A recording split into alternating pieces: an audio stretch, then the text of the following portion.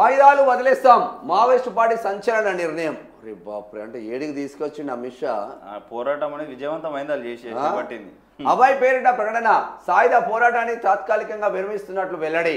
బసవరాజ్ ఆలోచనలకు అనుగుణంగానే శాంతి చర్చలని స్పష్టత. సలహాదారులతో సంప్రదించేందుకు నెల సమయం ఇవ్వాలని విజ్ఞప్తి.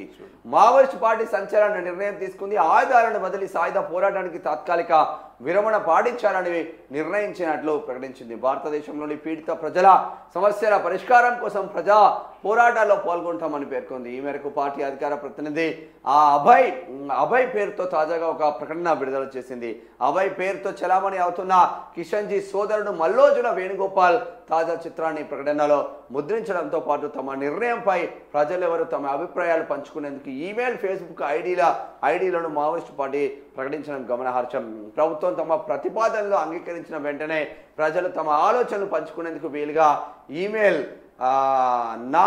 nampet2025@gmail.com, ఫేస్బుక్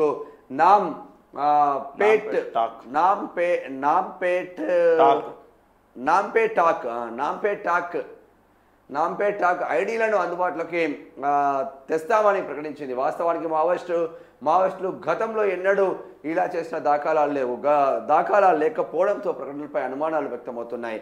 నిఘా వర్గాలు మాత్రం ఇది నిజమైన ప్రకటన అనే అభిప్రాయపడుతున్నాడు. ప్రకటనలో ఏముందంటే ఆగస్టు 15వ తేదీతో ఉన్న ఈ ప్రకటన నెల రోజుల తర్వాత మంగళవారం రాత్రి వెలుగులోకి వచ్చింది. ప్రధానమంత్రి, హోంమంత్రి, మావోయిస్టు ప్రభావిత ప్రాంతాల ముఖ్యమంత్రులు, హోంమంత్రులతో పాటు శాంతి చర్చలకు అనుకూల వైఖరిని అవలంబించిన పాలక ప్రతిపక్ష పార్టీలు శాంతి కమిటీ సభ్యుల ముందు తమ వైఖరిని స్పష్టం చేస్తున్నామని మావోయిస్టు పార్టీ ప్రకటించింది. ఈ ఏడాది మార్చి చివరి నుంచి మా పార్టీ ప్రభుత్వంతో శాంతి చర్చలకు నిజాయితీగా ప్రయత్నిస్తుంది. మే 10న పార్టీ ప్రధాన కార్యదర్శి స్వయంగా పార్టీ కేంద్ర కమిటీ ప్రతినిధి అభయ్ పేరుతో ప్రకటన. మరి చాలా సంచలన నిర్ణయం ఇది.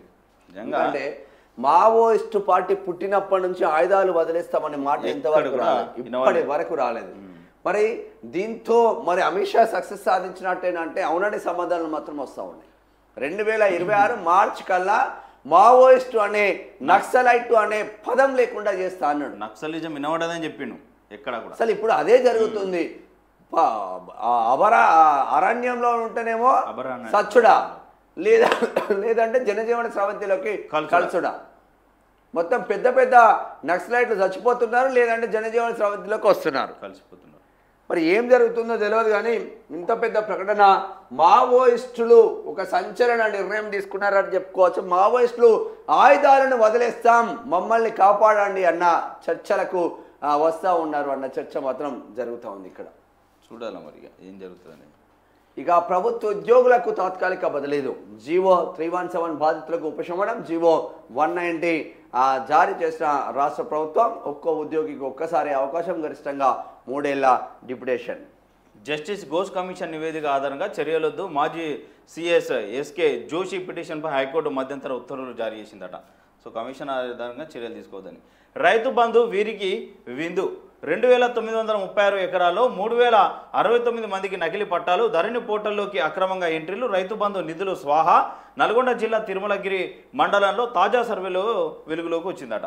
నల్గొండ జిల్లా తిరుమలగిరి సాగర్ మండలంలో నకిలీ పాసు పుస్తకాల దందా వెలుగు చూసింది. ప్రభుత్వం నుంచో వారసత్వంగాను కొనుగోలు ద్వారాను భూములు పొందకుండా 3069 మంది యజమానులుగా మారిపోయారు. ఏకంగా 2936 ఎకరాలకు యాజమాన్య హక్కులు పొందగా 2019లో వారికి పాస్ పుస్తకాలు జారీ కావడం రెవెన్యూ వర్గాలనే విస్మయానికి గురిచేస్తుంది. ఇటీవల ప్రభుత్వం ఈ మండలంలో నిర్వహించిన ప్రయోగాత్మక సర్వేలో నకిలీ పట్టాల దంద వెలుగు చూసింది. తిరుమలగిరి మండలం చింతపాలెం, నెల్లికల్, తిమ్మాయిపాలెం తదితర గ్రామాలకు సరిహద్దుగా 1000 ఎకరాల